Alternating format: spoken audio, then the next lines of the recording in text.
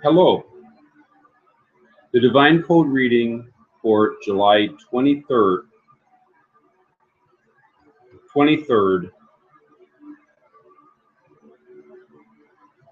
pages 91 and 92. We're on the chapter Torah Study for Gentiles, Halakha number 6. Even though a Gentile is obligated to learn the details of the 7 Noahide commandments and the Noahide code that he is commanded to follow, this learning itself is not in the category of a particular commandment, something Gentiles are additionally commanded to observe. Gentiles do not have a divine commandment of learning Torah, but this is rather an obligation that is included in the 7 commandments themselves. For it is included in every divine commandment that one who is commanded should know and be involved in learning how to keep that commandment. So we don't have a direct commandment to study Torah. The Jewish male has a direct commandment to study Torah, and therefore when he studies the Torah, it doesn't matter what he studies. It can be anything in the Torah, even something that does not directly affect that individual. He is still part of a commandment, and therefore he receives a very strong spiritual reward for that study. A non-Jew has the 7 laws, and within each law there's a requirement to learn the law,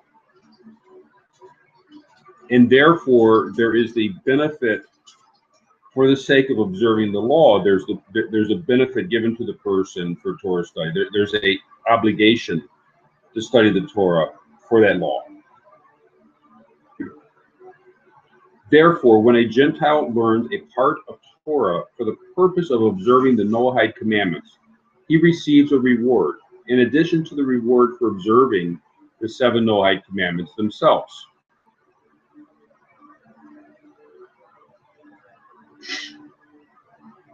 And even more so, since his learning Torah about the 7 commandments is connected to the particular commandment that it relates to. The learning is a fulfillment of a directive from God. Therefore, learning about the 7 Noahide commandments is called a permissible involvement in Torah study. The wording of Rambam Laws of Kings, chapter 10, is, they may not be deeply involved in anything other than in their 7 Noahide commandments, which follows the wording of Tractate Sanhedrin 59a. So if a non-Jew is not to be deeply involved in anything that does not relate to the 7 Noahide commandments, that within that implies that the non-Jew is to be involved in deep study, or at least, serious study of anything relating to his 7 laws. And the reward for this learning and involvement in Torah is great.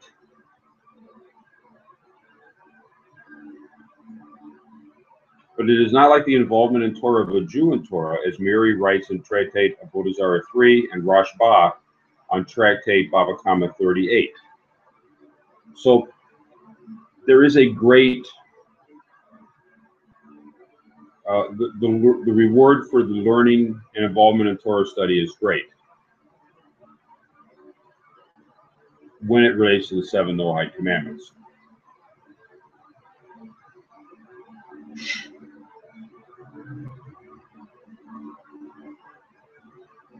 And the concept of reward, well, I guess they'll go more into it on the next page. The concept of reward, there's different levels of reward. This creates a lot of the confusion within the Noahide movement because it doesn't translate very well. There is a reward that is understood to be a spiritual reward, a deep that's a reward that goes that benefits the person in the world to come. The person does the 7 laws will receive a reward in the world to come. That's a beyond stage. Now, usually in the mindset, we understand that when a person passes away, they go into a spiritual state, and it's usually understood within our culture that that spiritual state is the final state. Within Torah, it's understood that when the person passes away, he goes into a spiritual state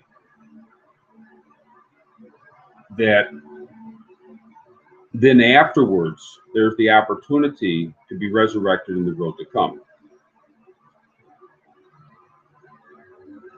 The person who follows the 7 laws because they are commanded in the Torah is connected with the Torah, connected with the tree of life, and has a place in the resurrection of the world to come. The Torah study, the deep reward for deep Torah study or just regular Torah study even in the 7 laws affects the non-Jew into this world to come.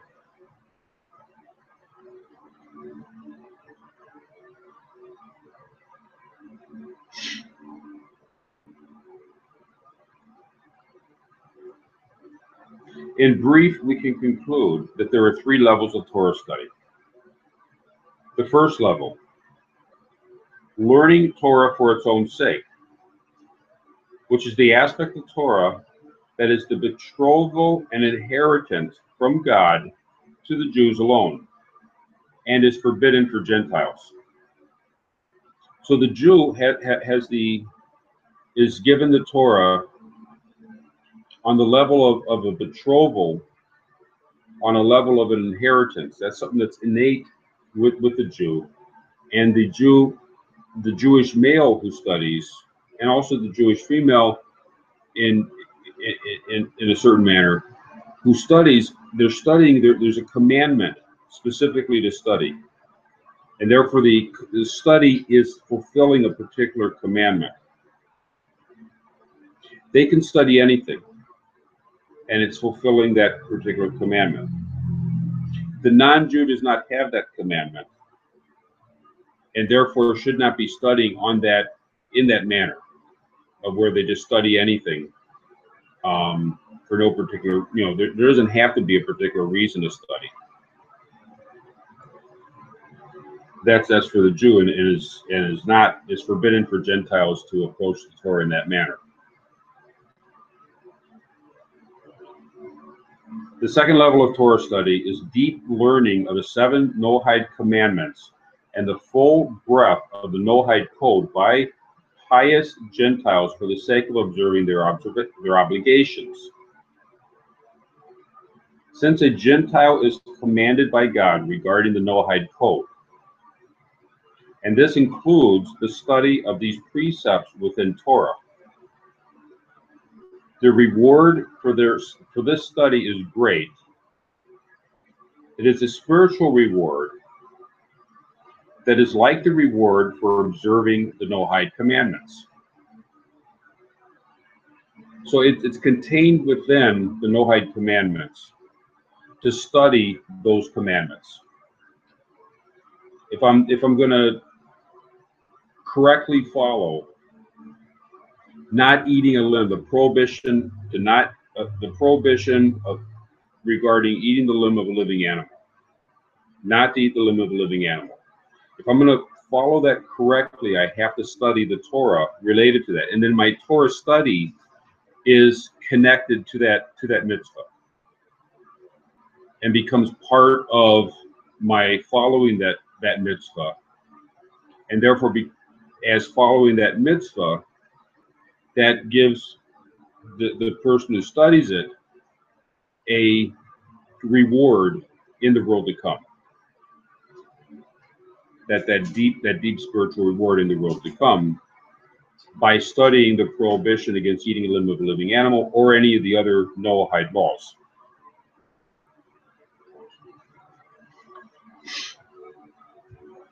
The third level of Torah study. For other Torah study that is permitted for Gentiles but is not related to the observance of an obligatory precept, there is no great spiritual reward. Instead, there is the reward of the benefit it provides for him, like the advantages he can derive from the Jewish precepts that are permissible for him, which may be performed by Gentiles only for the sake of the practical benefit that will result. And the practical benefit,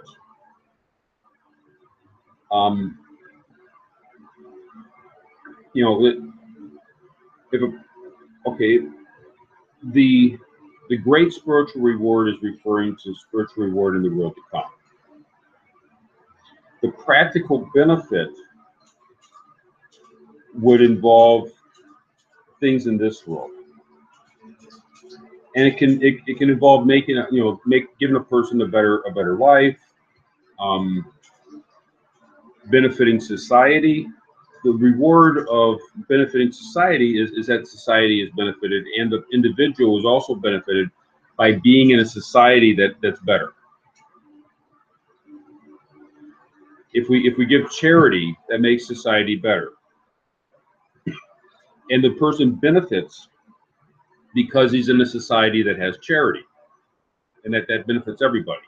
There's also a benefit to the person's character traits, and that these types of benefits can also go into what's the spiritual state that a person has after they die, but before the resurrection of the dead. There's a spiritual state where there's reward and punishments that occur to a person based upon what they do in this world. That giving charity and other positive things like that will benefit a person in that stage. It's sort of a stage of cleansing the soul. If the person gives charity in this world, he's cleansing his soul in a way that will benefit him in that intermediate stage. Will help him go through that intermediate stage prior to the resurrection of the dead in the world to come.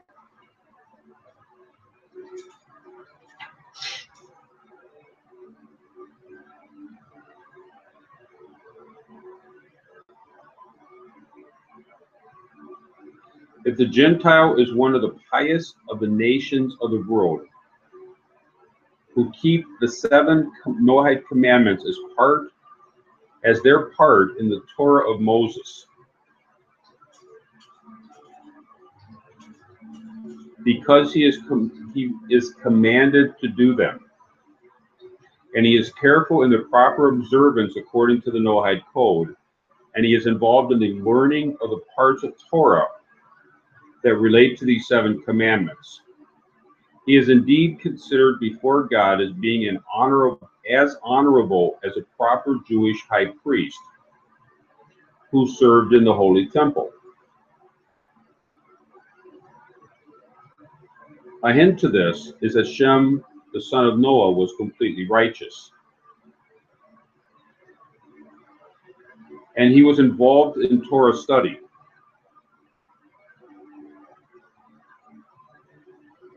Thus the verse praises him, saying, he was a priest, kohen, to God on high.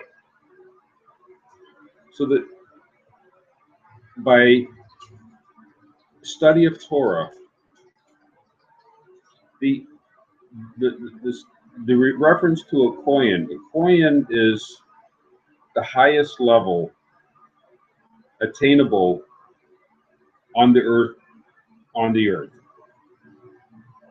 The kohen goes into the Holy of Holies. He is representing the earth on the highest level that the earth is capable of being represented.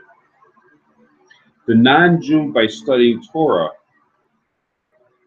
what's within grasp of the non-Jew, who takes serious, he's following the 7 laws and he's studying the Torah as part of following the 7 laws, can reach the highest level of what's available on earth.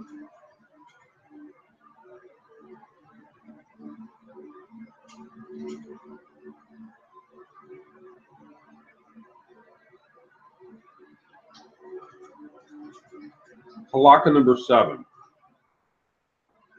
But a Gentile who does not observe the 7 commandments, and even if he learns about them, but not for the sake of fulfilling them, is indeed sinful, and he will be punished by the hand of heaven for his Torah learning.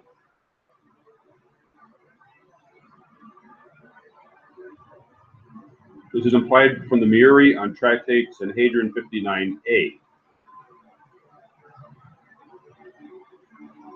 If he serves idols or follows other paths of heresy, and nevertheless involves himself in Torah learning, he is liable for capital punishment by the hand of heaven.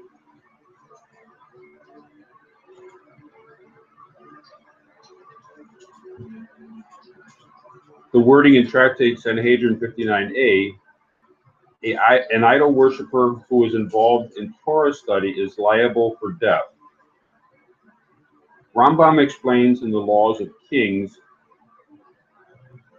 chapter 10, halakha 9, that this refers to death by the hand of heaven. So,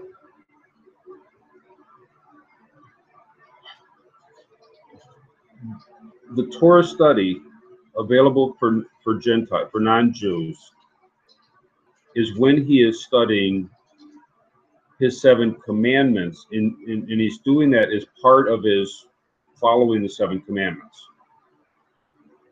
In other words, he's following the 7 commandments, and his Torah study is related to his following the 7 commandments.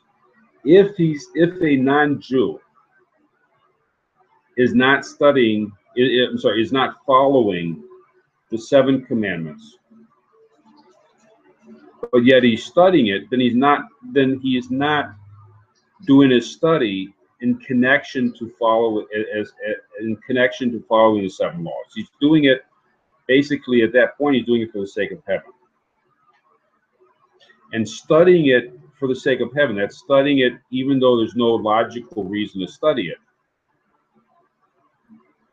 Is in that first type of Torah study for its own sake, which is connected to the Jew would have a command. The Jew could study the 7 laws, even though it doesn't directly relate to him. He has his own laws. He has his own laws against eating the limb of a living animal. That's not the Noahide law, the prohibition of eating a limb of a living animal. A Jew can study the laws even if it doesn't directly relate to him. The non-Jew has to study the laws as a part of following them. So if he's not following them, if he's doing something else and he's studying the laws out of a curiosity, then he's not following it. He's not studying it for the purpose of the 7 laws, and therefore it goes into the for its own sake, and he would be liable to death by the hand of heaven.